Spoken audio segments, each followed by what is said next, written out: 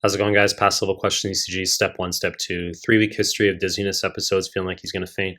How about I start off by saying the actual age of the fucking dude? How's that sound? So, 59-year-old dude brought to emergency by his wife, 3 week history of dizziness and episodes, feeling like he's going to faint, especially doing yard work, climbing stairs. Hypertension managed with lisinopril and ACE inhibitor. Vitals normal. ECGs performed. Question wants to know most appropriate next step management. We have this past level ECG strip here is talk about. Move to question choice A. Ambulatory ECG monitoring, aka Holter monitor. Wrong fucking answer.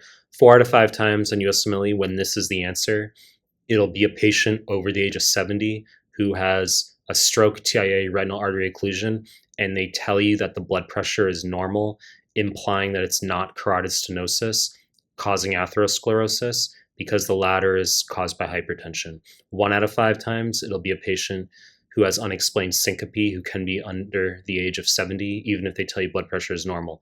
If that sounds very fucking confusing, I agree with you on that. I talk about it in my high yield risk factors PDF, cardio PDF, and I made other clips on it. But this is a difficult concept for 2CKIM.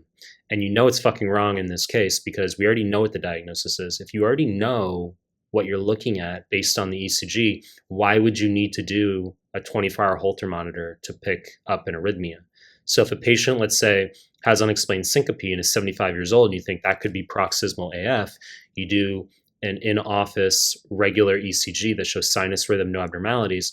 It could be simply paroxysmal AF, meaning it comes and goes. Patient goes home, has dinner, switches into atrial fibrillation for half an hour, switches out of it. So you're going to do a 24-hour Holter monitor to pick up the AF when in office you didn't pick it up in the regular ECG. In this case, we already know the diagnosis. So choice A, wrong fucking answer.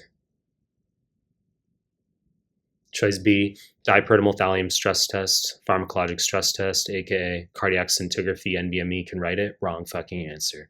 Okay, so they can do this where you just need a perioperative MI risk assessment and they want stress test as an answer. It's pretty rare actually for them to write multiple stress tests alongside each other where you're forced to pick one. It can happen, and I've talked about this in my cardio, in some of my cardio presentations, but they might give you a patient who's having a AAA repair and they want to assess perioperative MI risk, and the answer will just be dipyridamole thallium, where it's the only stress test that's listed. Okay, maybe the patient has osteoarthritis of the hip, can't exercise. Okay, so cardiac scintigraphy as well, they'll tell you a patient walks up a flight of stairs, gets chest pain. So if you do an ECG stress test, an exercise stress test, you already know the patient's going to get pain right away. So you can do cardiac scintigraphy, a pharmacologic stress test instead. Choice B, wrong fucking answer.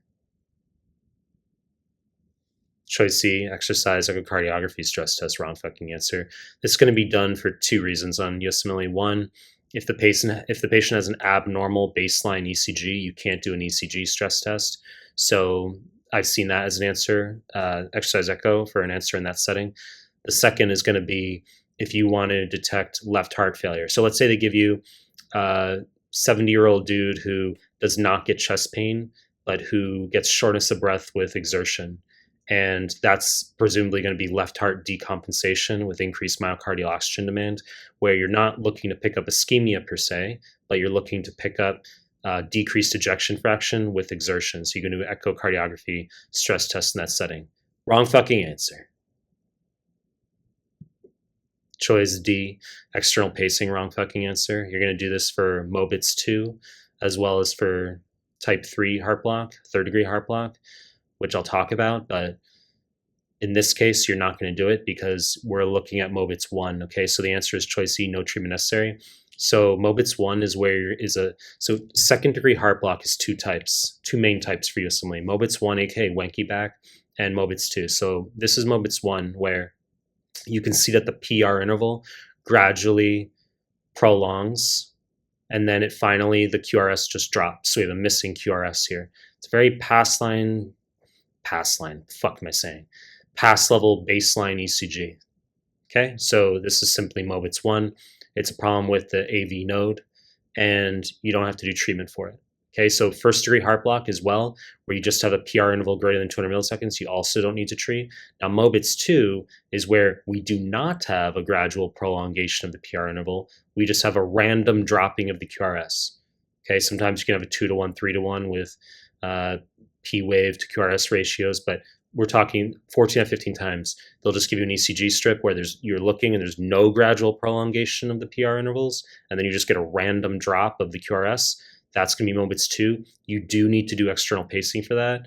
Third degree heart block is where you're going to see two things. Number one, no relationship between the P waves and the QRS complexes. And number two, you're going to see a very slow heart rate, 30 to 40 beats per minute, the ventricular escape rhythm.